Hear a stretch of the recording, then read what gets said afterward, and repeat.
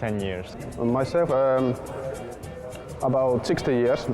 16 years. Which is a pretty long time. I played Source, Counter-Strike Source for just like when I was 10, like free-for-all mode for maybe like 1,000 hours, and then I've played Go for 3 years. I always try to be smart with my money. My teammates like to go shopping a lot, buy expensive clothing, but sometimes I do that, but I try to be smarter than them and just save the money. Pretty even between the players. But I don't really know how I'm going to spend it myself. Just Probably on beers and candy. I'm not sure. I mean, Snacks is a really big guy, so if you would want to eat him, that would last for like several weeks at least. But I'm not sure. Maybe Chris J. He's screaming a lot, so he might get annoying and I don't know, he might go crazy. I don't know why, but maybe I will. He would annoy me the most, I think, if we would be in the stranded island together. Babski. Because he's so annoying to listen to, so then I get rid of him first. I think it's the fact that Valve doesn't really do much. But they're trying nowadays, but I think they could do much more. That's the one thing I hate. Being so inconsistent myself. Why can't I always be in the same level? So it really annoys me to sometimes be a bot and sometimes be a god. So. Well, CZ, of course. I think it's bullshit. It should be removed from the game immediately. It's not a gun, it's more like just like an auto machine gun for $500. So yeah, definitely. Well, I think I need to think now. You're without having sex, I think. Counter-Strike is my life. Counter-Strike. I think a year without sex, to be honest. Because if you quit your CS for 1 year, you might not get back to the level you were at. So I think that's like the more reasonable, and if you put more thought to that, then I think it's a better decision. I mean, you can still masturbate, right? Why not? Okay. Just keep playing and don't be too hard on yourself, because just have to remember to keep calm and just keep playing. I think I've always been a good kid, and I think I would just say that keep going. You're doing the right things. And try to live in the moment and don't think about too much about tomorrow, but think about more today. Probably the liquid cooling. You know, you can go warm, you can go cold, just how you want. CPU, it matters a great deal in CSGO. I know shit about computers, so the graphic card, I don't know why. I don't know any other parts. Well, I think the community, like, a lot of people don't like really sometimes appreciate the pro players. What I mean is that they might like say that someone's playing bad, but the reality is that like they're doing the best, and you don't see what's going on in a team and how he's playing inside the team, and that's sometimes that people just don't understand sometimes. But you know, at the same time, I love that people still support the pro players and they follow the pro matches, and I think that's like it's like a two-sided love, you know. Yeah. Well, for starters, maybe why I hate it, just like the idiots online, but there are idiots online everywhere, so of course they also exist in the Counter-Strike community. And love it for, I don't know, the fans, I guess. That's why the sport is here, because they watch it, so yeah. I love it, it's pretty big. I like it that way, but some people can be really toxic in the community. The fans can just hate you for no reason at all. So. Hello, I'm Nikolai. Robin Rob's cool. Early here from Starladder.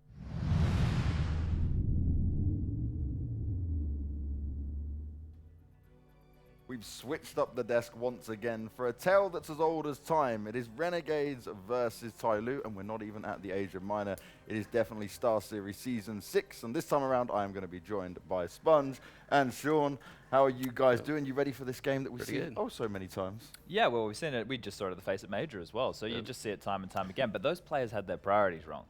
Okay. You'd be picking sex over Counter-Strike if you had a choice for a Yes. year, right? They need to get on the Chad Burchill Tinder program. They could play something else. They could play any game. Play any game. Go pro in something else, you know? Or maybe let's think about our priorities, guys, all right? They go to battle royale games. They Yeah. just leave CS for a little bit Yeah, and it's only, focus on what's a important. year. It's only a year. Yeah. You'll be fine. Maybe. I don't know. You definitely wouldn't be fine for a year without Sexton. I don't know, man. I abstain. I am a virgin. I am not having sex until I get married. Okay. Yes, Yeah. I believe you fully, Chad. I fully Yes. agree with that. Sean knows that's a big lie anyway, so we'll leave you to dream and think about that. But what Chad we will never dream lies. about is in a world that this Renegades might be able to take down TYLOO, because going into this, TYLOO do, for once, look like the better team. We see a more tactical-sided TYLOO come out. They did beat him at the major, TYLOO. Yeah. But this version of Renegades has that new team smell. Yeah. Beating E United, Cole. They're now 3-0 against Cole, if you include this event. Yes. And then Rogue, 2-0 Rogue. Yes. They got the new team smell. And, Okay. and NA, that means a lot. Okay, but the thing which worries me is the one key point that they've only played like 3 maps, right? Yes. And they're the same Yeah. 3 maps that TYLOO play. Yeah, it's TYLOO's wheelhouse. So it's like, unless Renegades have done what I hope that they always do, which is like just kind of geek out on one map that you know TYLOO doesn't play, and then like hopefully throw it in the veto and get yourself somewhere where you can, I don't know, pick nuke, which isn't going to happen in a million years. It's very difficult, right? Like for Gratisfaction and Liaz, they've played against the guys from the Asian region before. That isn't new to them, right? But what's new to them is playing at a big tournament overseas with the likes of Azza, JKS, and Jacob. That's still new to them. And sure, they have that new team smell, like you're saying. I just think we saw a tweet come out from Liaz yesterday, or at least I did because I follow him, that he's Liaz? not, well, no, because it's from the Australian region. He's new, you know. I it's remember, not, I'm from the lower downs, always have to try and take these okay. ones, so I'm there all the time. He said he's struggling to fit, or at least he's struggling to fit into his new roles, right? Okay, There's so that's much fair. overlap between a player like Liaz and a player like JKS. Yeah. If you were to put them both back at home, they would both be playing the exact same roles, right? They're both the very slow, methodical, clutch type players. So for Liaz, he has to learn to where he is in the pegging order now, right? Yep. He's not a top dog. He's in a big pond now, and he's with JKS, and JKS is a much more established player. So he has to try a few different things. And I'm also very interested to see how Azza goes as the in-game leader, right? Yes. Yeah, so he was actually fragging quite well as an Yeah, he in-game was putting leader. himself in like weird spots on Mirage where he was flanking through market left and right. He was the guy making the plays. Yeah. So It works until it works, though, right? Yes. I'm sure Yeah. you and I both played in teams Yeah. where we've put ourselves in the not advantageous positions, but a position where if our play works, we win the round. True. If our play doesn't work, now we got 4 potatoes running around hoping they can work something out, right? So hopefully it's not the same thing here. Hopefully there is someone who can step up to that mantle, because as he said in his interviews, he was the secondary, in-game. He was chipping in with ideas. He was always, when I was in-game leading, managing the economy. He's like, Chad, there should be eco here. Expect a force by now. Okay. That guy got a lot of kills with an SMG. Like he was always looking at that Yeah. stuff, right? I don't know who his second in charge or his 2IC will be now. That's a question mark. yeah, I doubt it's gonna be either of the new guys, Yeah, right? that's what I was Liaz, thinking. like you said, Liaz has been struggling a little bit this event, I've noticed, but Gratisfaction has really impressed me. Yeah. He's one of those operators that hits all the easy shots, it looks like, and he plays to live in rounds, which is super important in my opinion for AWP players. So I like what I see out of him, but Yeah. I don't know how Liaz has fit in thus far. Well, I watched a couple of their online games, the ones that you were talking about, where they beat Complexity, where they beat Rogue and stuff, and he had some late round clutch moments, which is what he's known for, at least within the Australian scene. So for him to be able to do that in the very early stages, it must be comforting. But now on LAN, it is a different beast. I think here in this environment for Renegades, it is going to be about, and it's super cliche, but I think that they need to be a momentum-based team early. I don't think they're going to have the depth, obviously, with mid-round decision-making. All that kind of stuff comes with time, and that is something which they haven't had a lot of. So if we look at the context of the team, right, it's will the big hitters, will the star 2, at least, JKS and Azza, come out and be able to do what they've done in the previous match? Now, for me, you were talking about Liaz, right? Before he came to Renegades, even when you look at this matchup, you normally go, okay, TYLOO, you probably see Bentet at the top in the ratings. Sure. It's actually Liaz this time around. Admittedly, he's not played against the bigger teams when you look down what they've played against until coming on to Renegades, but he's got that factor in where he can come in and shine. So is it more so that, okay, he has an opportunity to pop off, or he's still going to have to kind of learn his way through this? Well, because now it's a different role, right? So that's the thing. He has the potential, but if he's in positions where he doesn't feel overly comfortable, then he needs to learn how to be proficient in whatever position he's in. And that means you're going to be less likely to be a star, right? When you're given all of your comfort zones because you are a best player in the team, then it is your job to get those frags. Yeah. If you get the choice, that is your responsibility at that point. When you're now playing outside of that, maybe you're doing more supportive things, it is going to be a teething period, I suppose. And then on the other side, actually execute it. I don't know if you saw the stat that Peter threw out. Yeah, On that was HSP is the nuts. most clutches in Yeah. the last. What time frame was that? 3 months or so? Last 12 months on 12 land. months. Yeah. 12 months on land. You wouldn't think that, obviously, No. but he's actually been playing lights out. Whenever I watch this team play, he's the one that doesn't get talked about the most, but he has so many flashy plays that brings TYLOO across multiple gun rounds, like very important impact kills whenever I see TYLOO play. Can we look at the hair though for a second? Yeah, here? that's, Are they like the Power Rangers with hair? Are they all going to go for a different color? We got purple, black, brown, green, and I think somebody's like he's like a Yeah. Neapolitan. He's a bit of a mix. It's a bit of brown tinge, unless it's just the lighting. But they're going out there with the hair. But these guys here impressed us at the major, right? The fact that they were able to break through that top 16. Obviously, the more impressive victory in recent times was that overpass win yesterday against Hellraisers. Yes. Right? They did lose to them at the major on that map, and we've known them to have a good Cache, a good Mirage, and a good Inferno. Well, the fact is they beat Hellraisers on what I would consider a top 2 map for them. And they did it by winning both pistols and converting. Those are things that TYLOO aren't usually synonymous for. so you see the head-to-head there. It's a little bit of back and forth on it, but ultimately you can't go too much into it. It's maybe the Face It Major one being the most recent and most memorable one. I think from at the minor they traded series, right? Yeah. Didn't TYLOO beat them in like the early stages of the minor, and then Renegades ended up beating them to take that first seed going into the major. Exactly. And then TYLOO obviously got revenge at the major itself.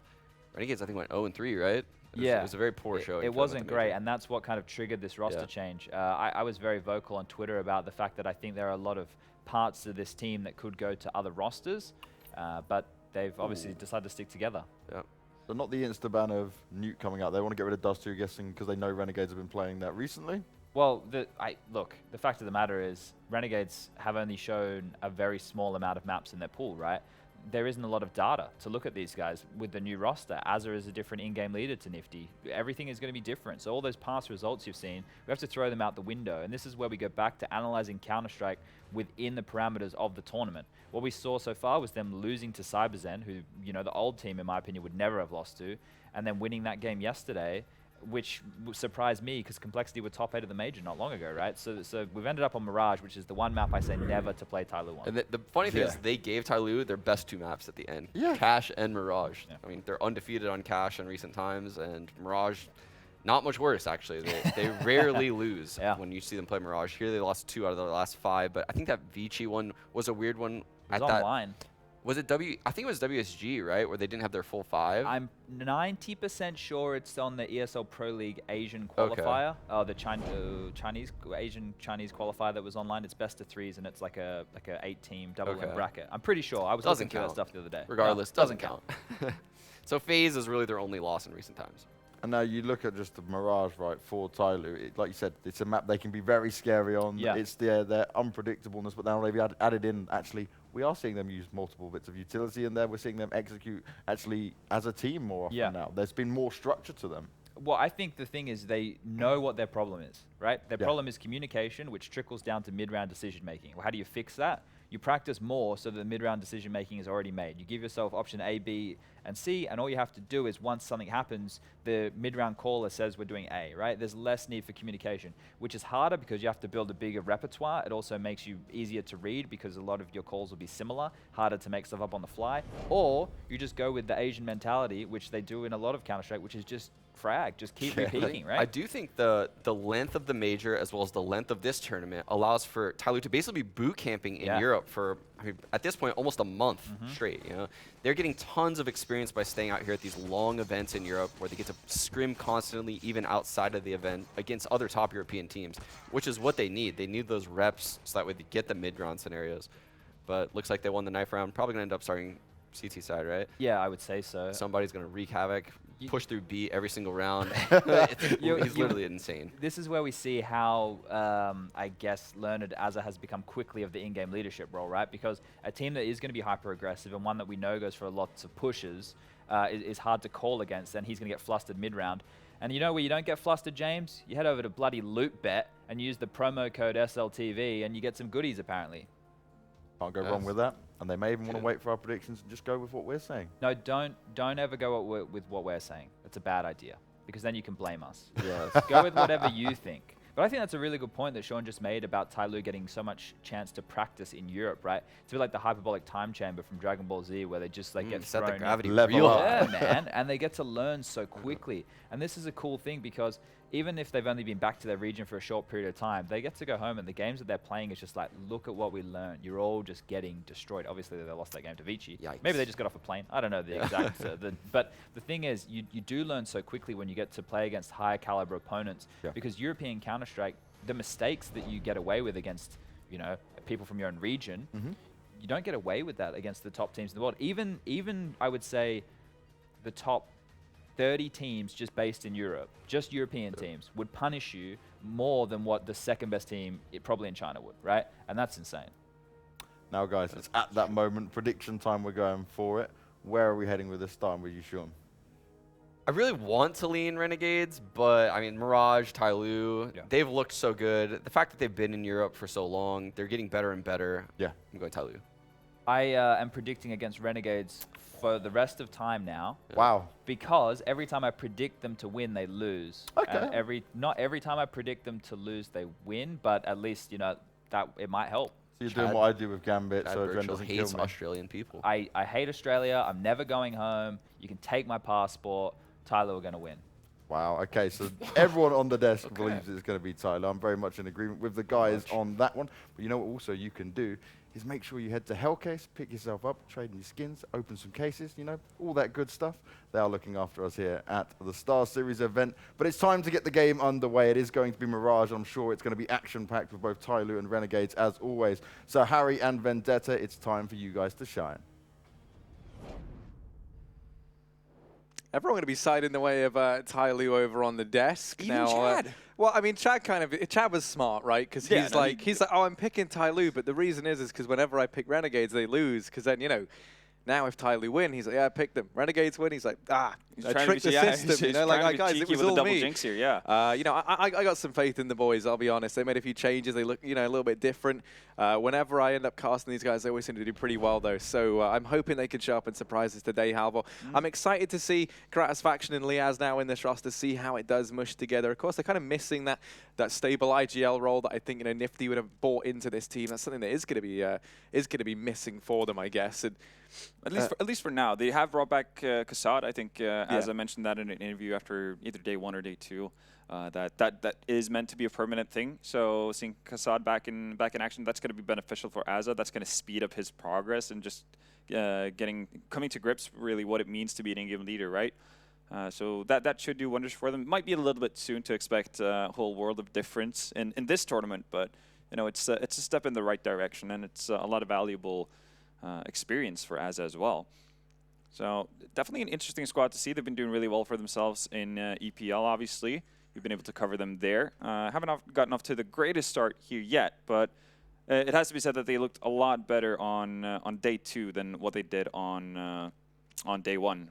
I mean, beating Complexity, top 8 team from the major, it's nothing to scoff at. And it seems like a lot of teams really had that bounce back day. You know, out of the teams we saw struggle on day 1, Mouse Sports for one. Even though they lost to Ents right now, they bounced back versus Cybercenter in a very convincing manner. Renegades, same thing, and we'll get to see if they can actually keep that up. TYLOO, I mean, they're also one of the teams that had a bit of a rough start to the tournament. They got trounced by Ents pretty easily before actually taking a very convincing win versus Hellraisers on Overpass of all maps. Well, this pissed around already well and truly underway. And over here towards CT, going to be Captain Mo. He's the first point of contact, but Renegades able to go and overwhelm them inside of this A bomb site. JKS and Liaz going to be finding themselves a quick couple of entries. Now leaves all the pressure for these 3 remaining players for TYLOO. And Didi and Captain Mo down here towards CT. Going to have this, I'm going to say, a bit of a crossfire setup, but Renegades don't really have any pressure in this scenario. Now the bomb planted for ramp. JKS up in Palace. Azza down on the ramp. There should be absolutely no way for TYLOO back into this one unless Buntet can deliver. He's going to go ahead and get himself 2, but that'll be it. And just DD left up, this pistol round going the way of the boys as they lock that in early over here on Mirage. Yeah, nice little start there. Again, nothing too complicated with their pistol round, just landing their shots in a fashionable manner. As you can see, pretty much the entirety of TYLOO being tagged down even before the bomb goes down. I mean, 2 players were removed and mowed down to 8 HP. It does make a retake pretty tough to deal with. So we'll see how Renegades can get through these anti-ecos. We see an investment being made on the side of TYLOO. Deagles, CZs, and actually smoke on somebody as well. It might be to negate a potential Molotov. Actually just buy some time as he's over towards that B bomb site. Nate's come flying in. It's going to do a significant amount of damage on Excurate. He's the one without Kevlar as well. He wants to get onto that AWP as quickly as possible. See how much that can mean for the TYLOO side, especially in clutch situations, which is not necessarily something you associate necessarily AWPers with, but Excurate's been absolutely fantastic whenever he's been put in the spot. And he's going to push forward with that one smoke he put down. There are quite a few Renegades players around here, though. Leah sitting on top of the furniture. We have JKS in ladder room. It's Jacob. He might actually get caught off guard here. Rotation could be really, really quick. Somebody's already in position, but so far, going the way of Renegades here. Favorable trade, and well, Leah's is going to follow up on that as well. And Jacob chimes in with the second of the round, and 3 players staying alive for Renegades. That's what you want to see. Yeah, most definitely. A good start here for Renegades in what is, a bit of an iconic matchup. The one that we so often see at these. It is pretty incredible. Minors. I mean, considering the fact that Renegades, obviously they've relocated to North America, they've been there for quite some time, just how many games these 2 teams play each other. I mean, normally, yeah, you don't scoff at regional matchups in that sense, but they meet each other every time they go to an international tournament, it feels like. And obviously they are the staple finalist of every Asian minor that has ever existed. So definitely some familiarity with this. Obviously a bit of a new look on Renegades right now, but I mean, the identity of both teams is well known to each other. Nice timing from Captain Mo, but he's going to get instantly punished by JKS. As pushing through towards CT spawn. Only DD left in the corner to find actually 2 frags there. Not a bad job of it. It's looking to be a lot cleaner for Renegades to start things off, but here we go. TYLOO managing to do some economic damage towards the very end of it. See, one thing I'm curious is, for Renegades, they're going to have a very good understanding as to how this TYLOO side play. Yeah. Then you kind of look over at TYLOO, looking at now what is a new look Renegades, right? You have 2 new players bought in. Nifty isn't IGL anymore because obviously you want to join Envy. Kassad is back as well, coaching the team. Yeah, it might be a little bit of a different approach to it for Renegades, which TYLOO is not going to be familiar or as comfortable with. That could obviously play a big factor into it. Renegades getting off to a good start. Gratis already up with that op in hand. Excurate has gotten his as well, but he doesn't have any armor to his name. Jacob taking a little bit of damage there. That's going to prompt the shots through the smoke from somebody, and Jacob down to half HP. Luckily that headshot connection was only through one of the walls, so it doesn't take full damage. Meanwhile, though, that seems to be just a disruption, really, on the side of Renegades as the bomb is securely set towards that A bomb site. We'll see how committed, actually, Renegades are to selling this fake towards B. Jacob faded down. He's actually going to find somebody as well. That's a nice adaptation there. Bentet finds Azza, and that leaves Jacob. He's still being able to keep a lot of players here on this site. Actually going to find Excurate as well. Bomb goes down on B. And, well, all of a sudden, a lot of Renegades members are disappearing. But it is left in a 1v2 situation here. Captain Mo adds a perfect flash. And JKS with the 3K to secure the first buy round. And Renegades off to a flying start here. Yeah, and here's one of the things I am curious about this roster move is, JKS, for me, was always someone who had that star potential inside of Renegades that we've never realized, right? And now I wonder, maybe, with the departures that we've seen, is there going to be a bit more room for him to, try and become that big-time fragger in this squad? Maybe alongside the likes of Jacob, obviously. I think these are going to be the 2 that we really look to. From Liaz as well. He's looked good thus far, I think, in the few games that we've seen. And it's been mainly positives, really, from start to finish from this new look Renegades up to this point, which is definitely cool. And it's very true. JKS for the longest time when, even if you want to go back to the times where they weren't Renegades, they were Vox Eminor, JKS was by far the best player from Australia. He was the one touted to eventually, I guess branch out from the Aussie team and eventually join the North American one, potentially Cloud9, something like that. That was always a rumor that would go around the block. Never really came to fruition. But I think he's had quite the resurgence in terms of form ever since Naf actually left the lineup. Gave him some more room to work with. Right now, he's doing pretty well for himself. TYLOO back to pistols again, so not looking to do too much damage here. At least it's going to be very hard, and especially with JKS hitting his shots. Bomb plant goes down again. And right now, if you're TYLOO, only hoping to potentially grab an AK or something from Renegades players through venture a little bit further out. As it's going to be able to find an easy kill. That's more money in the bank for him. Second kill of the round as well with that MAC-10. Bented and Excurate not really moving either. They just want someone from Renegades to walk into them. See the CT sitting in L-sit position. That's going to get really tough as time passes.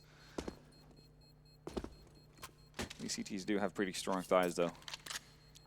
I don't even want to know. You had that one, Halvor. You haven't noticed? No, I mean, they have to carry around so much gear, right? Yeah, that's pretty true. It's not like an op is, you know, light. No, I mean, I can't imagine it is. And neither is the burden that it carries. You can see Excurate picking that up now. He's going to have the weight of the world on his shoulders, and maybe that's why he's got, you know, those strong thighs, as you just alluded to there, Halvor. You know, big fan. Exactly. But I mean, this has been a fantastic start right now from Renegades. There's absolutely no denying it. I think, you know, we need to really start to see. I mean, somebody's still yet to even put up a kill. You know, Buntek getting off to like a reasonably decent start. Excurate not chiming in with anything just yet either. He's going to have that AWP in hand, and this is really where we need to start to see the turnaround come in. You can see the tactical pause called in from TYLOO as well, and I think very much justifiably so. They definitely need to talk things over. Just getting off to an 0-5 start is not where you want to be for TYLOO, even though we've seen some pretty decent resiliency out of them. You know, as of late, we saw that at the major, obviously, versus MIBR, being able to get back from what was an incredibly rough start to eventually win that game. You can never really discount these guys. Definitely have the skill to bring it back, but we'll see. Right now, Renegades feeling pretty comfortable about where they're at.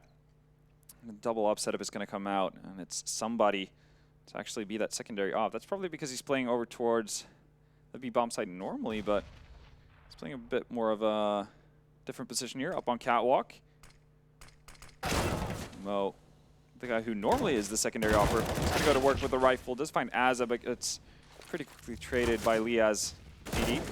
Molotov out of position, still is able to find a frag, and somebody's going to chime in as well. So now things are falling apart for the Aussies. JKS, though, still on point as ever.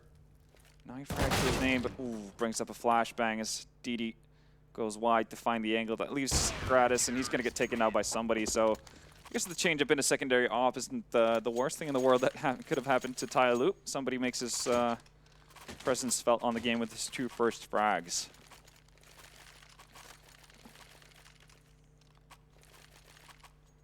Yeah, though, Renegades, so no issues in actually buying up here. Only JK really lacking for nades, but outside of that, pretty healthy buy on their side. And another open hands for Gratisfaction.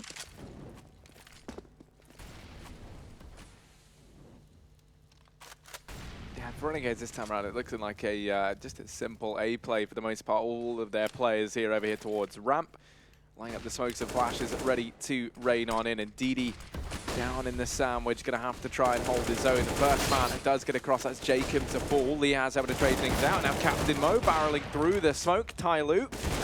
Somebody going to get jump scared by JKS, but Excurate trying to answer back. And he's not done just yet. He's gone forcing his way in. Just going to miss the timing there to finish off the bomb planter, and it will be Buntet left in a 1v2. Now down to the 1v1, but Gratisfaction incredibly fast. He is going to be feeling good on that one, and that's always scary as well. These Renegades guys, you know, having a laugh, yeah, taking things, you know, having fun. That's always what I think when a team is looking most deadly. Exactly. And Gratis actually getting tagged down to 20 HP before Benta even spots him. You know, that's a scary part, but he keeps strafing to the right. Eventually finds that last frag to win out the 1v1. Very well done. And I was a little bit surprised actually to see. I mean, TYLOO weren't able to maintain that double op setup from 2 rounds ago, but they didn't actually toss the op over to Excurate. It was somebody who kept on that throughout the round. Excurate really hasn't gotten going so far. Just 1 frag to his name at this point. It's back to pistols for TYLOO. So for now, this could very easily spiral out of control for them. Don't want to let Renegades have too many rounds going into the second half. Even though that economy of Renegades is getting slightly more shook as we go along, TYLOO constantly having to go back to pistols gives Renegades some breathing room. Yeah, a chance to slip in to a 7-1 lead here for Renegades early on, lining up these smokes, these flashbangs. Once again, back to this A bomb site. They've had a lot of success here, and they're just going to keep on having it in abundance. Azza and JKS, two of the old mates from Renegades, going to be opening things up in this round. And Azza, oh, he's looking good. He's going to go ahead and finish off everyone. Just somebody left alive. Him and JKS, they get the job done. They lock in that round. They keep things clean as well for Renegades.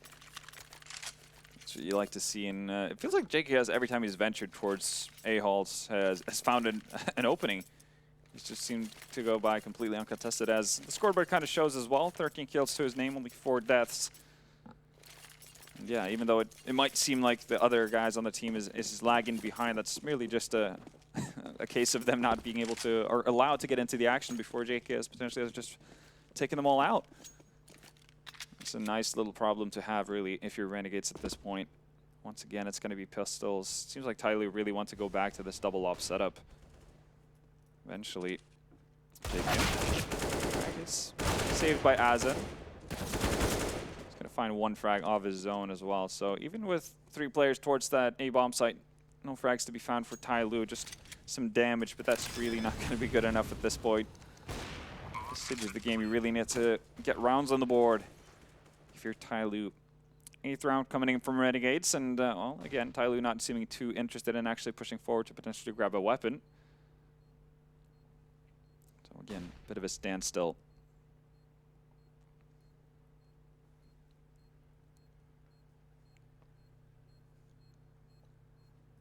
This is actually pretty incredible. I mean, we're 8 rounds into the game. Execute's ADR is at 12.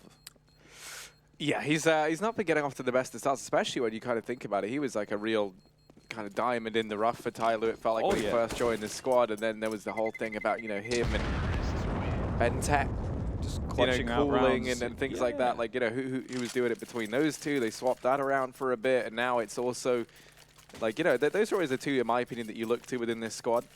Yeah, and you know, he's really not getting off to the best of starts here. Everything has been on the back of Bentet thus far.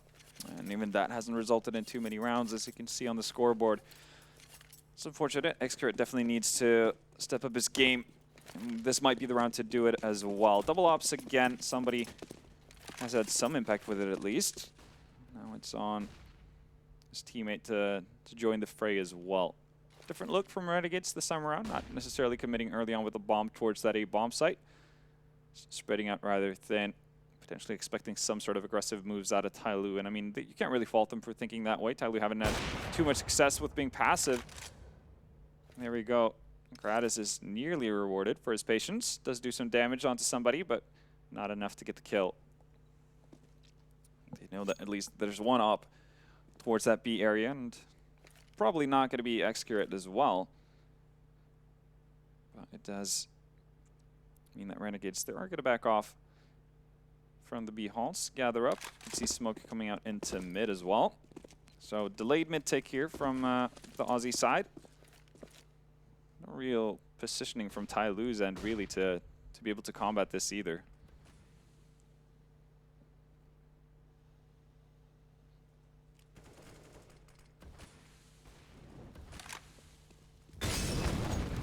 These double ops still yet to really yield anything in this round. And you can see mid aggression for Renegades once again as they aggress everyone down through short. Grass faction going to be homing in his sights.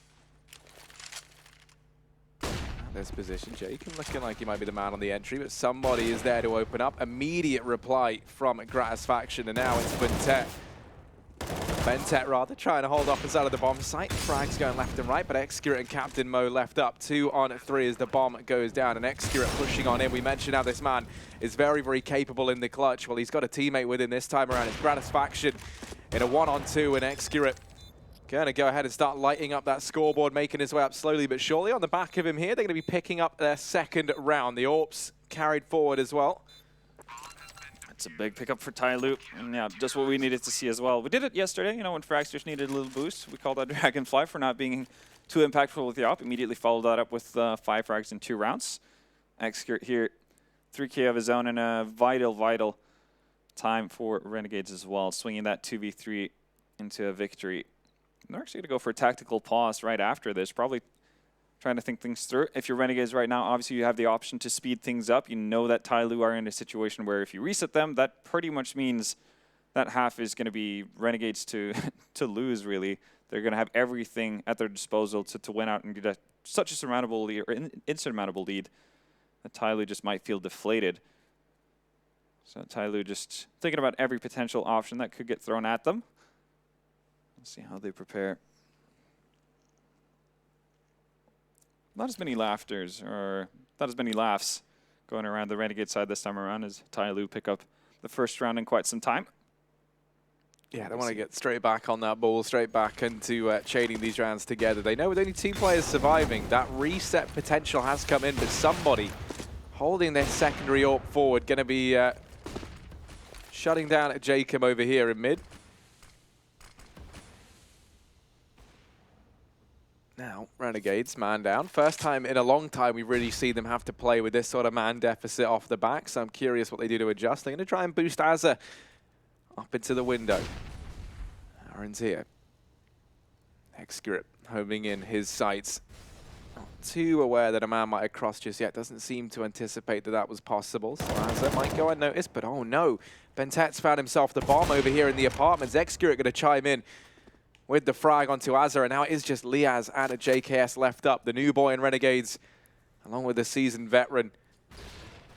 2v5 though, and the bomb at the feet of... Oh, no. Oh, this kitchen. There's a kitchen fire. It's not great. And Bentet going to go ahead and go down. That will be him falling. So now, Liaz and JKS, 2v4, pushing in towards this B-bomb site, but they're not ready for somebody in Excurate as they hold their own with the double orbs.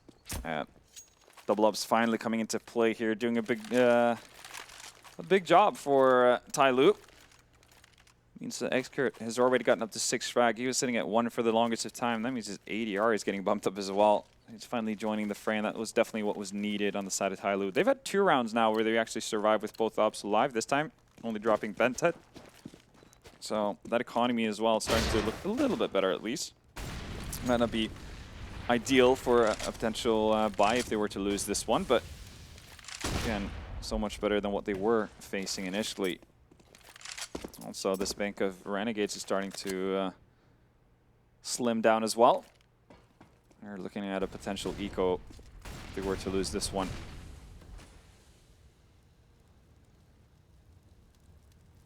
Well, initial flashes and smokes coming out, trying to bait out as much utility as possible from the side of TYLOO. Not really going to bite on that too much. You can see halfway rotations being made. Captain Mo actually finds a trade there. DD getting forced out by the Molotov. That's really well done by Renegade. So that's an opening once more. X-Curate has spotted. JK snaps though, needs to be careful. And Azza finds the perfect timing to join in and actually takes down somebody as well. And that leaves Bentet all by his lonesome. He's been great at clutching all through 2018, but 4 players might be a little bit too much to deal with. This is a rivalry that goes back almost as old as time itself, and for TYLOO, Renegades are always one that they struggled to overthrow. It's starting to look like history might be repeating itself here on Mirage as Renegades find themselves another round. JKS looking good, and in these last few rounds, Az has been stepping up in spades as well. We really have kind of, 3 of the that dynamic trio of Aussies that we so often talk about. Not exactly the most commanding performance and gratisfaction just yet, but I got to watch him firsthand at IEM Sydney, right? I know he's a keen AWPer. I've seen it myself, so we just have him waiting in the wings, and then you got your resident Norwegian. That's probably why you love this team. Obviously, Jacob. He hasn't really had to do too much yet either. But we have the rest of the guys doing so well. Now, DD is going to be there to open up with that frag onto Azza, so that's now a potential rifle to be retrieved down here towards the ramp. Yeah, nice ID from TYLOO there, even though the flash is pretty much ineffective. Still managed to overpower Azza without taking any damage, so they can be happy about that. Still have that op on X-Grid as well. Benta definitely spots out a couple of bullets if he doesn't see the edge of Jacob there. Man advantage, and this is definitely a swing round that TYLOO needs to win if they want to try to salvage this half. Deep smoke. Well, Jacob's going to move forward. There's probably a tiny gap there, so we can check out the close corners of the archways. He's actually going to stay put for now. And not really big committal from either side here. You can see it's only Jacob pushing forward on the B bomb side. Meanwhile, JKS, he's moving up towards his A ramp. He's going to find one, but immediate trade. Nice little trade setup there from TYLOO. That means DD's going to upgrade from his EZ to an AK. You definitely take that trade, and somebody over towards the B bomb side. He has yet to rotate out, so finds Jacob. Only here's Lias dropping down as well. That's the bomb. You can see the gun tip from Gratis as well, and he has no real chance of doing this. 13 seconds left. Ooh, might get chased down by somebody as well. If not somebody, then DD lurking about, and he's going to be able to pick up an op as well. So all things considered, that's a superb round from TYLOO. Yeah, now starting to feel the much more competitive CT side half, that's for sure, as they pick themselves up their 4th round. This is still recoverable here. Yeah, they could get far with 6 rounds on the CT side, obviously. All it takes is a win on that pistol to get them equalized at 9-9 if they do their jobs in the following bonus rounds. But, you know, still some work to be done here. Need to close out this half in a convincing manner. JKS back to his favorite spot, been having so much success here over towards these A halls. Throws out a smoke. Doesn't have the AK to work with at this point, but looks like Renegades might just be opting in for a bomb plant. Perfect timing to take out DD, but unfortunately for Renegades, Captain Mo in a perfect spot to deal with this. Yeah, this is a complete and utter shutdown. Just Gratisfaction left alive. And for Captain Mo, it's going to be a real confidence-boosting round. 4 quick kills there as players walking to his crosshair. They get cut down like lambs to the slaughter. And now there is money left for Renegades. They can't afford to buy here. And I think they could even glass cannon the AWP over on Gratisfaction. They were probably hoping to get a bomb plant here to solidify a buy. So we'll see what comes of it. In any case, they want to talk things over. You can see Kassad in the ear of Azza, just making sure he has all the notes and instructions he needs.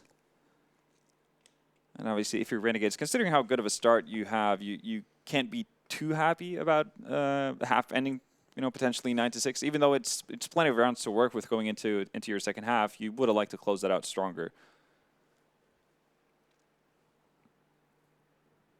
Yeah, now, if my memory holds correct, Renegades went out last StarSeries, what, 2-3 in groups or something like that? But maybe just 0-3 in groups. It was the one prior where they managed to make it through the playoffs. And yeah, where they had the 0-2 start and then swung back. That was the run you imagine they're looking to try and replicate here. And one piece of the puzzle that they had back then is Kassad, that man that we just saw behind them in that tactical pause, rallying the troops, trying to go ahead and figure out how best to approach this round. It always feel like when we saw Kassad step away from Renegades, that was really when that sort of downward spiral started, right, for this team. Absolutely. Speaking of things spiraling a little bit, somebody had a golden opportunity to find an opening frag, at least for TYLOO. Misses that chance. Seems like he has an idea that Jacob might be tucked away in the corner over towards Delpan. Jacob's being very patient here. Probably knows that there's somebody keeping an eye on him as well. So no real movement. But the rest of the Renegades, you know, they were initially in mid to try to get some sort of control, but they've opted to go back towards that A bomb site.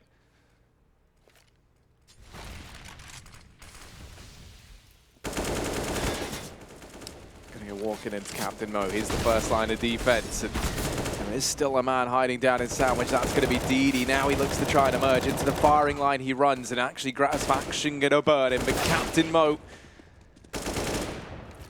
manager on Gratisfaction, dancing around, has run out of ammo, desperately trying to stay alive, looking for something else. There must be another weapon somewhere. No time to get the reload off as they push on into him.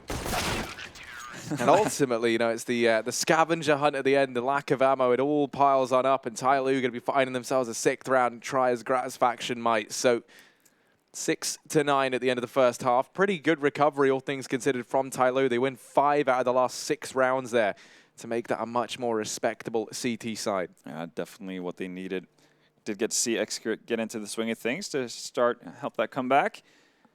Somebody as well chiming in too with the ops, so that was working for them. It's going to be significantly different and more difficult to potentially rely on a double op setup to get you rounds, though, once you swap over to the offensive side here. We'll see how they cope with that, though. TYLOO, though, still, as much as they fought back to get a respectable scoreline, all things considered, still have some ways to go before they can be equal with Renegades. And a pistol round is what they really need here to get a footing. Oh, Jacob and Azza, wonderful aggression here, finds 2. Jacob does get traded out, but you still take that. Look at the push from the B-apps as well. X-Grade is expecting it, so this is really backfiring for Renegades here. Unexpected. Do like the move that Renegades make there. They just want to pounce on it, but Benta just being way too aware. Now they know only Leah's alive. That means the entirety of the A-bomb side is open. Still, Execute needs to make his way up connector here. Somebody's going to play the role of a decoy. Not actually going to be able to complete the elimination of Lias there. So chaotic first round. Definitely looked like Renegades were in a prime position to actually win that out.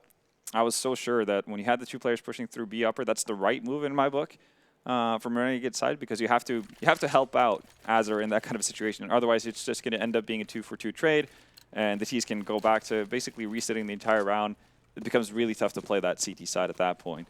So I think it's the right choice. Just really heads up from the TYLOO players there to be aware of the potential push, and not just from one player, but actually getting wind of the fact that there's 2. So 9-7, TYLOO get the pistol round they absolutely needed. Now it's all about being able to convert those 2 bonus rounds. See, not the biggest investments on the side of Renegades. Pretty conservative. A couple of pistol upgrades. Only Jacob really fully investing in with Kevlar as well. They all stacked up over towards that A-bomb side. Sadly for them, though, TYLOO sniffed things out. They're moving up towards B. DD already clearing out the entirety of Catwalk in short. He's going to be jumping into Kitchen as well to get a forward position here as the rotations come in. Once Renegades figure out that their gamble didn't quite work out. Or we might actually see just Renegades, instead of actually trying to get closer to the bomb site, set up similar to what we saw North do versus Energy, which is just choke them out, get solid after plant positions in the sense of getting exit frags, and hope to bring something with you going further. Captain Mo might be one of the players to go down here. Does find Jacob, one player with head armor. He actually follows up with the second one on to Gratis as well. Stays alive. Actually, doesn't take nearly as much damage as I would have initially thought. Yeah, he's done very well to stay alive there, hasn't he? But going to be the 8th round for TYLOO. One thing that I think is worth noting as well, over on the side of Renegades, we have Gratisfaction, not necessarily in the game of a lifetime, and same with Exker over on the side of TYLOO. So these orbs still really yet to play into this game in a very big way. Yep. I'm excited to see how that progresses throughout this matchup now. Round number 18 coming up. But this is going to be Renegades now just having to grit their teeth. They've still held some of these pistols forward from the previous round. They won't be investing anything. You can see that they're going to have the money to look to grab that AWP on Gratisfaction early. TYLOO have the opportunity to bring theirs out in the next round as well. Azza testing the waters over here at mid. He's got the flashbang for the rest of the squad. He's going to flash on over, and then they look to try and force all 5 players into middle. Now TYLOO with this 3-man stack here and somebody down in lower tunnels, this should just be a slaughter, and indeed it is. Absolutely no one surviving for Renegades. JKS is the last man up. Going to get spotted from Palace to make matters worse. So they don't get anything done. They weren't expecting to get too much done though. 9-9, all tied up. And now this buy comes on in. And potentially we could see a double AWP from Renegades if they wanted to really just, I don't know, throw something wild in there in this first buy round. Although I don't see that being too likely. Yeah, I don't see that being too likely either. Now we can see odds coming in here from Loopbed. Definitely changed a bit from what we saw in the first half. TYLOO now favored to win this, though. Really, it's not too far behind. And as you said, yeah, no double ops coming in from Renegades. Only Gratisfaction going to be able to muster up a buy worthy of that. There we go. Captain Mo just running in first. Doesn't actually get traded out immediately. This is JKS to die. But Jacob under balcony, combining with Azza to find 3 frags. That's exactly what you need. 1v2 situation for Execute, but this is where he's been thriving all year. Let's see, though, what the Indonesian Opera can do here. He's not being shy about where he's going, making a lot of noise. Fortunately for him, nobody from the side of Renegades have actually pushed aggressively up into mid, so they wouldn't have been able to hear that, but Liaz is suspecting something.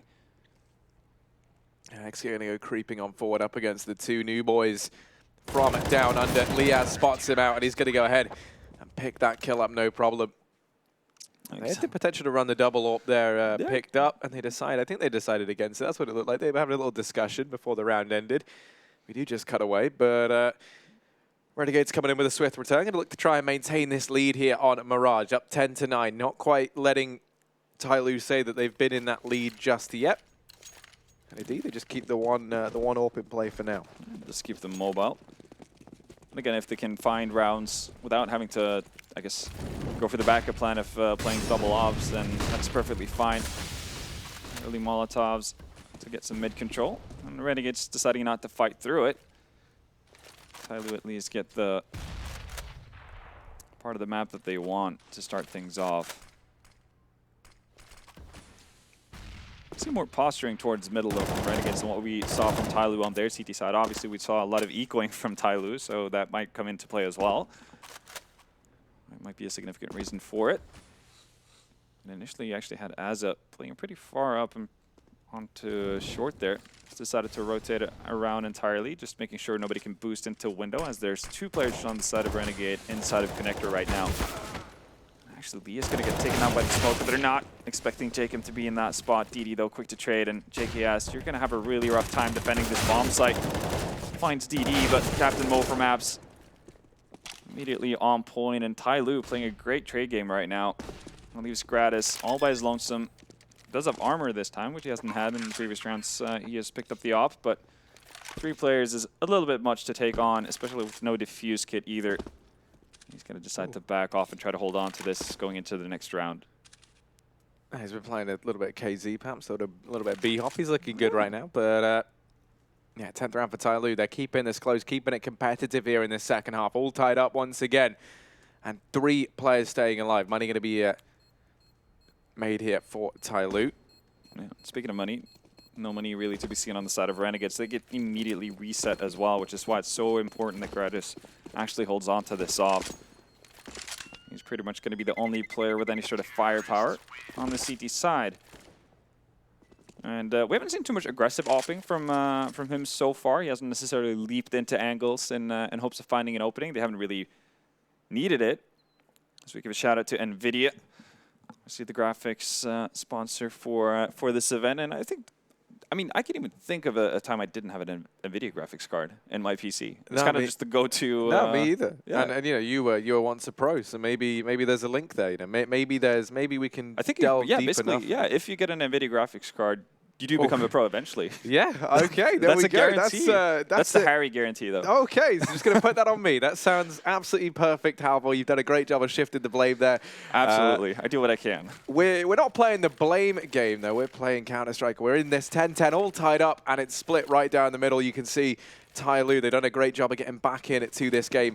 Let's just have a little reminder. It was it was, I don't even remember.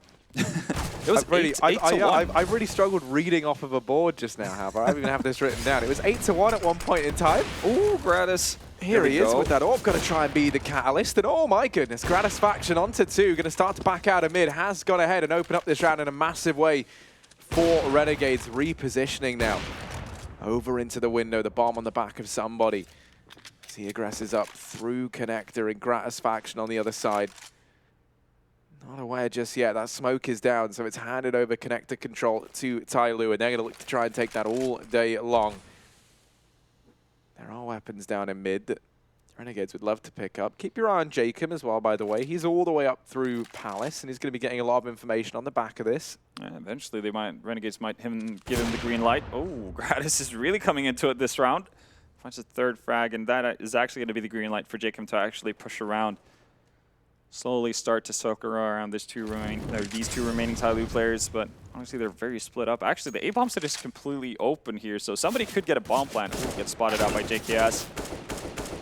little bit flustered there, whiffs a couple of shots, and JKS actually does significant damage. Well, somebody's actually going to rotate out of the bomb site, but is not allowed. JKS comes hunting after him. He probably would have ran into Jacob in any case, but what was looking like a pretty desperate buy from Renegades, just buying up to supplement that op, really works out for them. Obviously, primarily due to gratification or gratification having such a magnificent impact on that op, and we finally see him playing into more aggressive stances. Again, jumping into mid, finding that first frag as TYLOO make their way up catwalk, just making all the kinds of difference. Really just staggers the entire push from the TYLOO side, and they're going to actually opt for a tactical timeout here. They want to talk things through. Obviously, them getting reset does put a dent into their economy, so now they have to make the choice whether or not they want to force into this or not.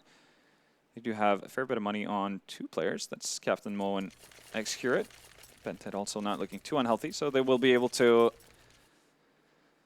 rummage around in their bank accounts to find a couple of AKs and whatnot.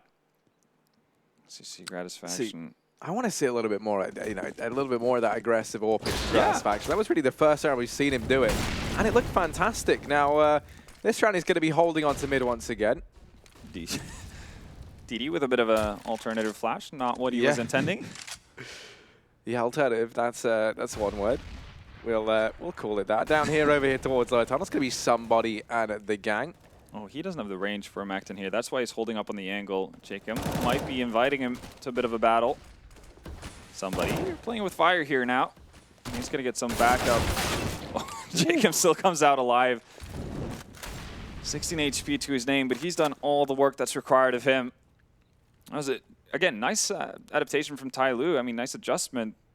Somebody realizes that he doesn't really have the weaponry to deal with that kind of long-range fight versus Jacob. Brings in Bentet as well, but Jacob still finds 2. And even though there is an eventual trade there, it's still man advantage for Renegades. Oh, it's unfortunate timing on the jump from Liaz. That's going to allow Excurate to get onto the B bomb site. But look at the bomb. Yeah, that's what I look at this. It's pulled the rotations around from Renegades. That A bomb site is left barren and Excurate. He's just executing players left and right over here towards this B bomb site. He's going to keep on going. He might win this round on the lurk all on its own. JKS is now so far away as well. Even though he does pick up this kill, he does finally trade things out. He still has to try and overthrow DD and Captain Mo. And that is no easy task over here towards CT. It's going to be JKS. Still have a Molotov on Mo as well. Ooh, this is a tough situation to be in. Reset's been thrown away, back and forth here between the 2 teams, and this is just such a big swing round. JKS edging on forward. Bomb planted for Connector, and Captain Mo's keeping an eye on it. Sadly, he is going to get the better of JKS there, as try as he might in the clutch. 11-11, all tied up, and you mentioned it. It was such a swing round because now there's no money left for Renegades. It's going to be a very awkward spot to be in. This time they don't have a saved op to bring with them into the round either. So that impact we saw from Gratisfaction earlier on, not going to be a possibility unless he decides to do something funky with a pistol. And this could really be where TYLOO makes their mark on the game and actually creates a bit of a cushion for themselves. Obviously, they haven't been in a lead. So definitely looking to change that. Somebody again towards underpass, this time with a little bit better weaponry than the MAC-10. Renegades on their end. They've gone for the similar A stack as we saw early on. One flash on Azza. He's just poking around towards middle. Idea probably being pretty similar to what we saw. If he spots out anyone in mid, you're going to see a mass rotation from the 4 players on the A bomb side towards Connector. But as it is right now, TYLOO just pushing forward both in mid and towards B. They're going to make their way once more up catwalk. So everything going according to plan for TYLOO, and they're looking pretty primed to be able to fend off this pistol round from Renegades to Seiko. Bomb goes down, timer sets, and Renegades, all they can hope for is finding some exit kills, and Liaz is doing a good job so far. There we go, follows that up with a kill onto DD as well, so long range precision, not a problem really. Yeah, this is not a very it's not an ideal confidence-inspiring round from TYLOO, but there should be any way for Renegades back into it. That time has already ticked down very, very low at least, though they're going to get away with this with 3 AKs somehow. So not a bad go of it. I mean, you could already tell they have a healthy amount of money to the point where they would have been able to buy up in the following round in any case. But now you're saving, 2.7K just in, well, actually you're saving more because the cold costs more, obviously. But in addition to that, you hold on to whatever you had in terms of utility. That goes a long way. That means you can potentially get an extra buy in there at a later stage if you were to lose again versus TYLOO. And TYLOO really churning into those tactical timeouts now. And they probably know they could have definitely played that after plan a little bit better, limited their losses. It's not like their bank accounts are fun to look at this point either. No, I mean, almost certainly not.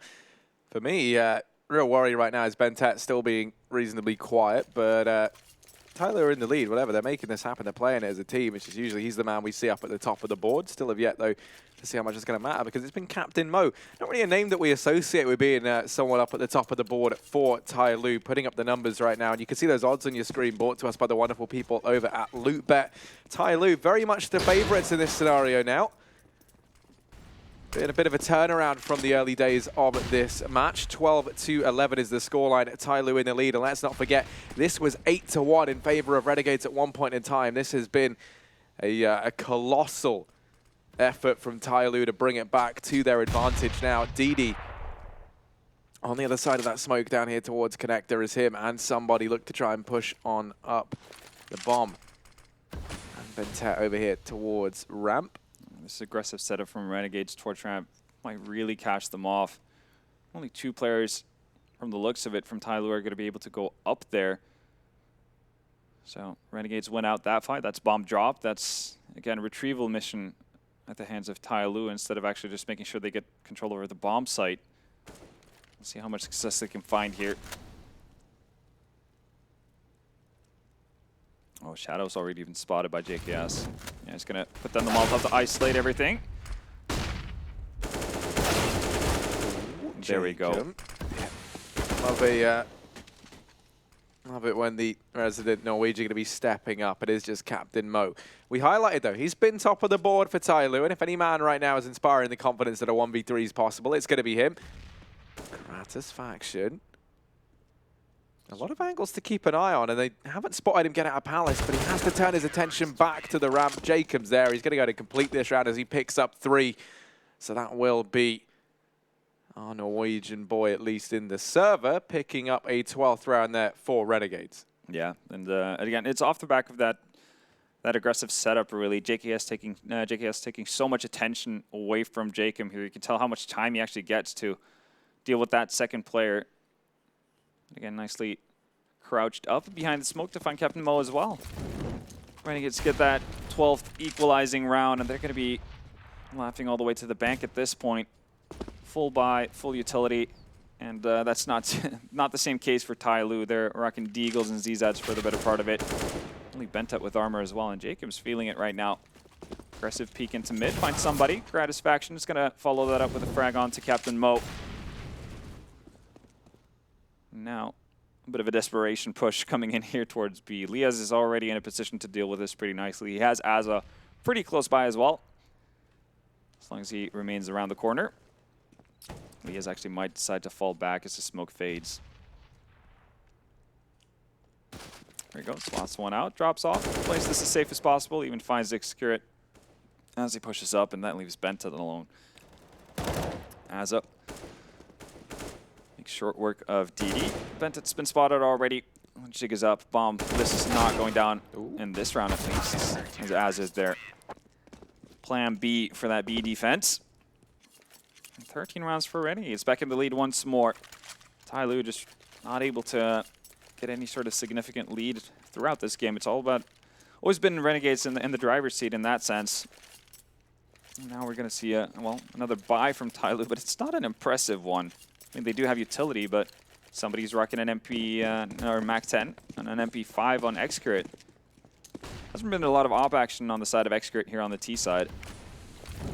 There certainly has not. For TYLOO, money hasn't really ever been there, but also, I mean, I like to keep things maybe a little bit faster. Perhaps Excurate this time on the MP5. Gratisfaction. Likes that man, and now he's in a pretty tricky spot. They know where he is, and he's just going to have to smoke it off. I like to try and give this up. The Molotov, though, that he throws out, pretty clutch to stop TYLOO aggressing on him. Renegades, this is they've weird. pulled everyone away from me. I mean, Grass Faction, he spotted players up in the apartments. He had the idea that TYLOO are here. Clearly anticipating that maybe... maybe they're suspecting this being, you know, one of the standards defaults, but that's not the case. This is going to be B committal, and down Grass Faction goes, and there's nobody else around from Renegades. Somebody's retrieved the AWP for Renegades. It's a 4v5. More damage is done onto somebody. There should be no way back into this round for them, and they know it. Renegades are just giving up, yeah. That is such an odd rotation, though. Like, that's them, you know, thinking too far forward. I mean, yeah, fair enough, during a lot of default rounds on Mirage, you do see that setup where there's one guy poking around towards the B area, and that's pretty much all there is to it, but it feels a little bit... Yeah, I do. A part of me does wonder, right? Grass Faction legs somebody there, and then you know, like no one else pushes in, which you imagine maybe they're thinking like, oh, if they're playing a fast B play and all in B play, that's when you would charge Grass Faction, right? So, but I mean, even then, right? It does feel a little bit tenuous at best. It feels like, you know, we're really trying to look into the mind of the Renegades, and you know, that's a pretty terrifying place to look sometimes. I think Chad, you know, can. I mean, actually, you know, Chad was once one of these boys as well. He's a pretty. I think he's Chad a pretty mental mind to look into, yeah. So, you know, we're all tied up 13-13 at TYLOO. They are making their way back into this game, but with 4 players staying alive for Renegades, a bye is still very much, well, not on the cards. They just have everything still, so it's great. Yeah, I mean, you just maintained your money. You've done a good job. Smart investments. And they even throw a rifle across onto Jake, and Grass Faction as the AWP back up. He's looking at down mid with it, and won't be spotting anyone just yet. Important thing to note, TYLOO going to be having the AWP back on Excurate as well, so I'm curious. He's got that over in the over in Palace toward this A-bomb site.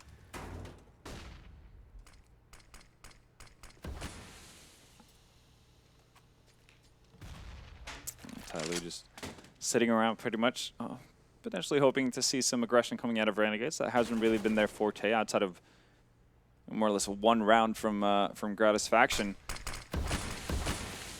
There you go, initial smokes coming out. This is going to be a similar take as to what we saw earlier from Renegades. Actually, they're hoping to see a lot of utility being expended on the side of Renegades. It's not really coming to fruition, but they are getting the rotation in here, though. That one Molotov has forced a third player over towards the B bomb site. They might just be playing themselves here unless Gratis Faction can actually get back in time. New smokes, new flashes coming in towards A, and this time they're actually going to commit to it. Jacob with a great opening. Finds Excurate, so that's one big player out of the loop for TYLOO. Significant damage being done as well. JKS lands the perfect nade to stop the bomb plant as well. Now Mo.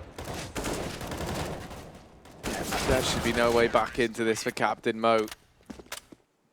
The crossfires for Renegades prevailed, and they played that so well as well. You know, not going to give Captain Mo any way of isolating those one-on-ones. The 2 players in CT just tuck away with the knowledge that you have 2 guys down in mid as well. It's a very awkward spot to be in if you are Captain Mo.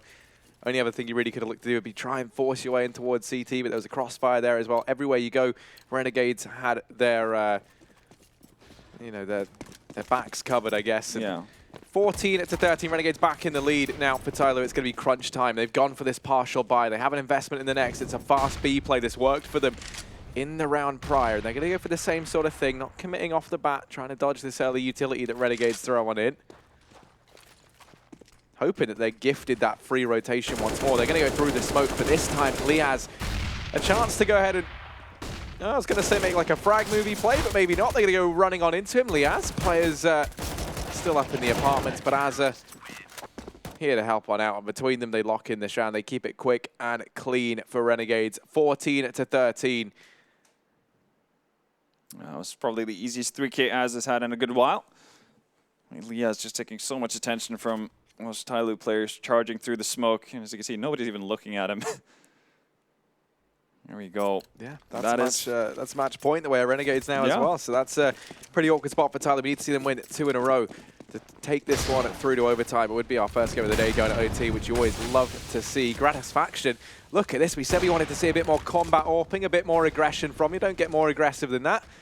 It's a bit of a shame. Nobody lands all the jumps necessary to get him there and misses the opening shot. Certainly doesn't the second time around. And now just DD down here in mid, down in the depths.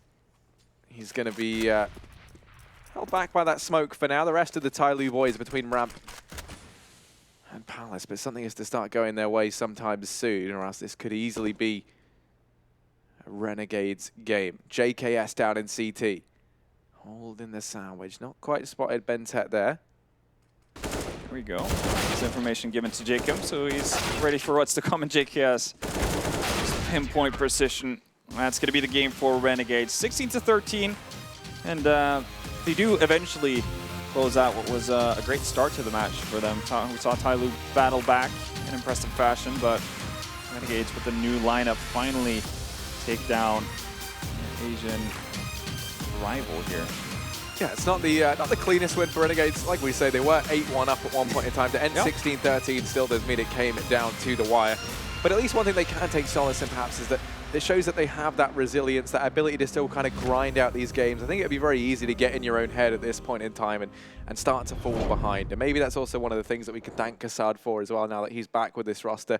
He's always been quite good at kind of putting these guys back in their place, getting them focused on the game. Oh, absolutely. And he's also a pretty good hype guy as well. Like Kassad lives and breathes Counter-Strike. So when you get into the groove of things, you're going to hear through the walls, you're going to hear a very energetic Serbian behind the Renegades voice. And I think that's helpful as well because... Seems to be a trend for a lot of these teams, right? Yeah, but I think you need it as well because a lot of these players have a tendency to get down on themselves, sit there looking kind of emo when things aren't exactly going your way. And you need someone to kind of push you back up, really. And I think Kassad is the perfect guy to do that, in addition to, obviously, the technical prowess that he brings to the team.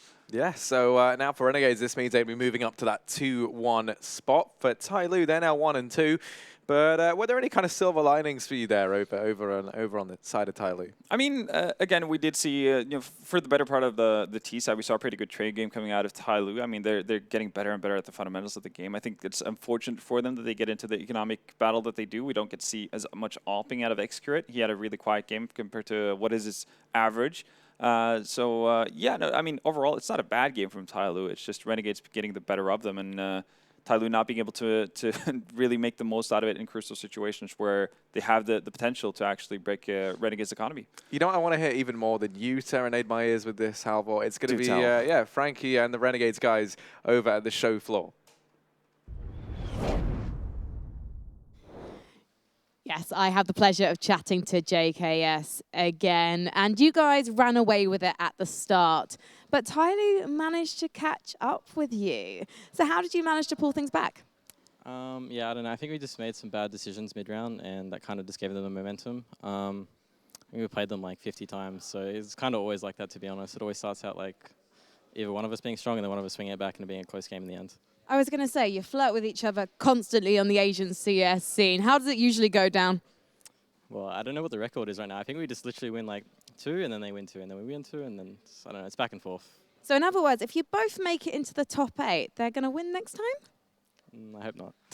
I don't know. I don't know. I hope we both make it into the top 8. That'd be really good for the Asian scene. But yeah, we'll just have to see. You did have an impressive T side, I have to say. Is that something that you worked on going into this match? We had a pretty good game plan of what they were going to do. So we had like the first 6 rounds figured out. I don't know, it's kind of always the same stuff when we play them, so we're pretty used to it. You do have one more game you need to win before you get safely into Friday's top 8 single elimination bracket. Who do you not want to play? I don't know, actually. I don't know at all, to be quite fair. I don't know. I think we're okay with playing every team here. Probably not Mousesports, though, just because I think they're probably the best team here. So, yeah, I guess Mousesports. Well, fingers crossed you don't get them in the draw at the end of the day. Thank you so much, JKS. Go celebrate with your team, as I always say. And as I always say to you guys in Twitch chat, we want to know who you think is going to win the next matchup. It's the Imperial versus CyberZen. So type the name of the team you think's going to win into Twitch chat now. And for me, well, I'm going to pop off because it's time to go head back to the desk. Thank you, Frankie. Yes, we get to see Renegades manage to take down TYLOO, and okay, it was a tight game, but there was a lot of mistakes, at least on the TYLOO side, in terms of what we expected going into it. The first thing I want to point out is just the The players we normally see for TYLOO, not performing up to standard. Somebody went 0-5 to start the game off with, not ideal, but they still managed to bounce back towards the end. Yeah, well, I think, you know, I wouldn't say nerves on the Renegade side to close out the game. I just think that they're still learning. They have to, like, adjust a lot on the fly at the moment because it's a newer roster, right? I think we did get to see flashes of brilliance of what all the players can bring. You know, we saw JKS, we saw Azza, we saw Jacob all doing the things they needed to do. Gratisfaction with a couple of cool AWP rounds. He had that big one where he was the only one with the AWP, jumped out mid. The rest of his teammates had pistols, had 2 big kills in that round. I thought that would be the turning point, and then close it from there, but it was still back and forth. I think Renegades are going to be disappointed they didn't get more rounds in the first half, considering how they had, I guess, TYLOO under the thumb economical-wise. Yeah, they were up 8-1, and actually a funny thing about that first half is Renegades won 0 rounds through mid-control. They only did fake mid-controls towards the A site, fake mid, go towards B with like 2 players, 3 people towards A, but they never did splits through mid. Very different from what we saw to TYLOO in the second half, but that's kind of what you expect when you watch a new team that plays the game. Yeah. Shockingly, it worked so well, especially around the A bomb site. I think DD and Captain Mo struggled tremendously in the early rounds. They finally had like a solution going towards the end, a lot better teamwork. But yeah, I mean, hats off to Renegades. I thought that round that you were referring to where Gratisfaction had the AWP on connector, and TYLOO tried to do a fast cat split on a force buy. That was a huge round, in my opinion. Yeah, So. well, I thought they were going to, you know, grab it at that point. But the low buy situation still appear to be a problem for Renegades. Obviously, it's a newer team, so we're just looking at what they've got now. But you should be, when you have them under the thumb with the economy, those are the rounds that you should be winning, right? Yeah. You shouldn't be losing to the UMPs and the CZs. You're doing the hard work by beating the rifle rounds. Here's this round we're talking about here. He gets 3 kills in this one. It's huge. You can see what the rest of his teammates have. An MP9 and 3 CZs on the board. He's basically won that round single-handedly. I was noting as well the kill assist percentage for JKS and Liaz was both at 83%, which is pretty high in a close game. It means they're constantly involved in almost every single round, win or lose. So that's a very positive sign for them from a teamwork perspective. But Gomez messaged me on WhatsApp while we were doing the segment, and we saw Mirage come out, and he just typed Lion's Den. And in Australia, we get a couple of terms. The Lion's Den is going into the other team's best map, which they did right here. And the other one, which maybe we'll see later in the tournament from them, is the Bear Cave. And the Bear Cave is where you lose on a map earlier in the tournament, so teams think you suck on it, and then you play it again later. So maybe that's what they're doing in Inferno right now. That could be the Bear Cave. So keep your eyes open for that one. Well, let's see if they do enter the Bear Cave at some point. But either way, I think Kassad, we could hear him from a mile off, right? The dude was literally shouting louder than I've ever heard most. If you're TYLOO, you're probably going to be pretty intimidated by that. I don't think Kassad's going to leave the realms of the headset, but he has to be the hype man for the team, right? Because Liaz is quite quiet, JKS is very quiet. As of now, he can't even get loud because he has to focus on in-game leading, right? It's difficult, and you don't want to be a momentum team. We see that with squads like Vega. You know, they get very loud, but they'd do it as a unit. If you have everybody on board, I don't mind it so much. But if you just have one guy being a bit of an idiot, which is what I used to be like, it can hit you pretty hard when you're losing. But I think TYLOO here, this event for them has seemed flat, really. You wouldn't expect them to lose to Renegades like this. This was a shocking loss, for TYLOO's side. Like I said, you didn't see a lot of tactical diversity out of Renegades, and this is all stuff TYLOO should have thought about ways to counter before they're down 8-1. It was a really rough showing, and I hated how early in the match, actually, we saw somebody opping over Xcurate. That was a bad call. They lost that round, obviously. There's a lot of weird things that happen on TYLOO's side, and mainly, I mean, those early rounds as well as the gratification of Gratisfaction. Just call him Grat. Just call him Grat. He's just a guy with a caterpillar on his lip. Yes, he does have the caterpillar. He needs to get rid of that. Yeah, I think if they get out of the groups, Can we do that live on stream? Yeah, I think so. Oh hell yeah! We should do it for him. I've got my set at home. I'll bring it back. I'll give it to him. I was going to make a funny joke while Captain Mo was on the screen. I was going to say maybe he should change names. But yay, you get it? I'm really reaching. My jokes aren't good. But yeah, I think all in all, it not a flat game. There wasn't many clutch moments. You know, there was only one 1vx situation throughout the entirety of those rounds that we had played, which was almost the full distance. It just feels like, for me, I'm looking at it going, this should have been a must-win for TYLOO on their best map against a team who has just formed. Right? This should be every day of the week, because TYLOO aren't a team that I look at and go, oh, they counter-strat. They're a team that I look at and go, they play their style and they make it work. And here, they got beat. Now, we spoke about it in the pre-game, obviously, Xcurate, Bentet being the names that we wanted to really see do well. They were some of the players not performing at all for TYLOO. They couldn't come into it. But to me, it looked more like just Renegades were able to shut them down in the actual individual duels at times. Well, I think if you build on what Sean was saying and they're just hitting the bomb sites, right, and you have your star players, especially Execute, the Bentets of the world, who are playing more around locking down mid, which is normally the key to Mirage, right, then your bomb site anchors need to get it done. And if your bomb site anchors aren't going 1-for-1 or at least trading efficiently, then retakes are going to be difficult, right? Retaking on a map like this, it is not necessarily one of the more difficult maps, but you don't want to be constantly in a retake scenario where communication becomes the key. Yeah, and Renegades did do a good job of winning with smoke and mirrors. They were not just going straight into A hits or straight into B hits. They were faking mid control, throwing top mid smokes, throwing window smokes, throwing a lot of stuff out mid, and you see as a jump out to the mid boxes and make a larger presence with mollies and flashes. So they were baiting TYLOO to fight for mid and then going A in those 2v4, 2v5 scenarios. Worked out. Well, guys, that is all we have for now, but we will be moving on to the next game very shortly. It's going to be Imperial taking on CyberZen, so do not go anywhere. That game will be a very interesting one, because CyberZen, they got wrecked pretty heavy yesterday. Let's see if they can make a comeback at all.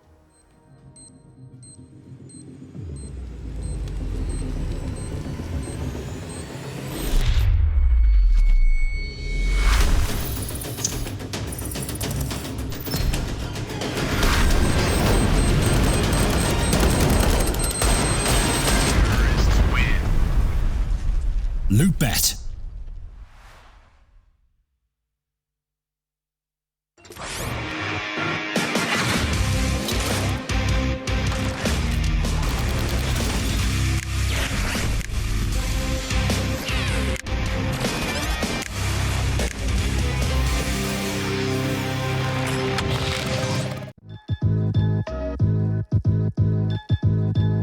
With Hellcase multi-cases, you are no longer restricted by random case opening mechanisms. Now, you are able to pick any of the cells containing skins and actually determine what you win. Use the promo code and dive right in.